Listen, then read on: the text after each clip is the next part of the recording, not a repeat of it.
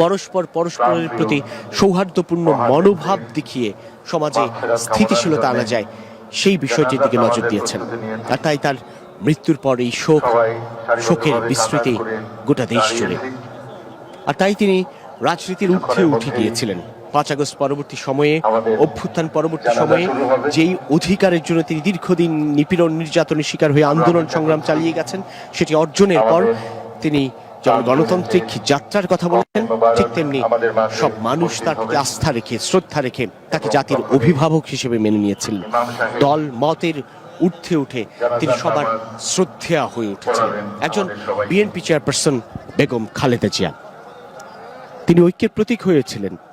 ঐক্যের প্রতীক বলতে সেই ঐক্যের প্রতীক যেখানে কোনো বিভাজনের কথা তিনি বলছেন না, তিনি কারো প্রতি, এমনকি নিজ দলের প্রতিও কোনো দুর্বলতা দেখাচ্ছেন না। তিনি সম্মিলিত কথা বলছেন, সর্বস্তরের কথা বলছেন। আর তাই তিনি হয়ে উঠেছেন অবিসংবাদিত। আর তাই আজ তার মৃত্যুর পর এই জানা যায় এত এত এত মানুষের ঢল। আমরা যেটি জানছিলাম যে বিএনপি চেয়ারপারসন বেগম খালেদা জিয়ার মরদেহ এর আগেই আসলে গুলশান এভিনিউতে তারেক রহমানের যে বাসভবন, সেখান থেকে নিয়ে আসা হয়েছিল সংসদ ভবন এলাকায়, সেখানে রাখা হয়েছিল। এখন সর্বস্তরের শ্রদ্ধার আসলে সেই সুযোগটুকু নেই, কিন্তু জানাজার মধ্য দিয়ে সেই শ্রদ্ধা নিবেদনটুকু করতে পারবেন সাধারণ মানুষ। এবং এই কারণেই আসলে এখন সেই মরদেহটি নিয়ে আসা হচ্ছে।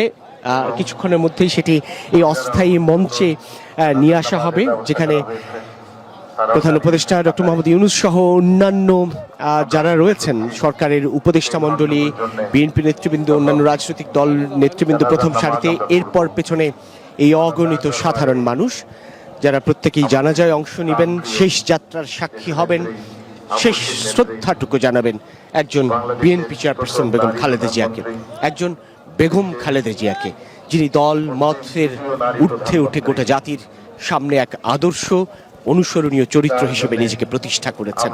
সেই বিএনপি চেয়ারপারসন বেগম খালেদা জিয়াকে, যিনি তার জীবনটাকে উৎসর্গ করে ৭৯ বছর বয়সে অকালে প্রয়াত হলেন।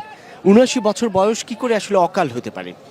তার এখনো অনেক কিছু দেওয়ার ছিল বলে মনে করে এই দেশের মানুষ। আর তাই তারা বলছেন অকালে প্রয়াণ ঘটল ৭৯ বছর বয়সী এই মহিষী নারীর। মরদেহ নিয়ে আসা হচ্ছে, আপনারা নিশ্চয়ই দেখতে পাচ্ছেন সেই মরদেহ, সেই ফ্রিজিং গাড়িটি লাল সবুজের পতাকায় মোড়ানো। একটা লাল সবুজের পতাকায় একটা দেশের প্রতিচ্ছবি, একটা দেশের প্রতীক। একটা ছোট্ট পতাকাও একটা দেশের স্বাধীনতা আর সার্বভৌমত্বকে প্রকাশ ঘটায়। একটা ছোট্ট পতাকা পরিচয় বহন করে গোটা দেশের, গোটা মানচিত্রের। বিএনপি চেয়ারপারসন বেগম খালেদা জিয়া যেন তারই প্রতিচ্ছবি, তাঁরই প্রতীক। তাই তো তার মরদেহ সেই লাল সবুজে মোড়ানো মরদেহ ফ্রিজিং গাড়িটি নিয়ে আনা হচ্ছে এই জানাজা স্থলে। মানিক মিয়া অ্যাভিনিউ ইতিহাসের অন্যতম সাক্ষী হয়ে দাঁড়িয়ে থাকলো। মহান জাতীয় সংসদের দক্ষিণ প্লাজার সামনের সেই সড়ক, বিস্তৃত সড়ক, একদিকে মহান জাতীয় সংসদ, যেই সংসদে তিনি তিনবারের প্রধানমন্ত্রী ছিলেন বিরোধী দলীয় নেতা। বাংলাদেশের এই উপমহাদেশের যার নেতৃত্ব নিয়ে কোনো ধরনের প্রশ্ন নেই, বাংলাদেশের প্রথম নারী প্রধানমন্ত্রী বেগম খালেদা জিয়া। সেই সংসদের সামনের সড়কে এই সাধারণ মানুষ তাকে শ্রদ্ধা জানাচ্ছে। মরদেহ নিয়ে আসা হচ্ছে, অপেক্ষায় আছেন প্রধান উপদেষ্টা ডক্টর মোহাম্মদ ইউনূস, নেতৃবৃন্দ, সরকারি উপদেষ্টা, সুশীল সমাজের ব্যক্তিবর্গ, সংস্কার কমিশনের প্রধানরা। কে নেই আসলে আজকের এই দিনে শেষ শ্রদ্ধা জানাতে? কে নেই? সংসদ ভবনের সামনের যে 3টি মাঠ রয়েছে, বিশাল বিশাল মাঠ, প্রতিটিতেই তিল ধারণের ঠাঁই নেই। জনতার উপস্থিতি সেই সকাল থেকেই তারা এসে অপেক্ষা করছে কখন আসবে বিএনপি চেয়ারপারসন বেগম খালেদা জিয়ার মরদেহ, তার জন্য সেই সকাল থেকে অপেক্ষার অবসান ঘটিয়ে আসছে বিএনপি চেয়ারপারসন বেগম খালেদা জিয়ার মরদেহ বহনকারী সেই ফ্রিজিং গাড়িটি।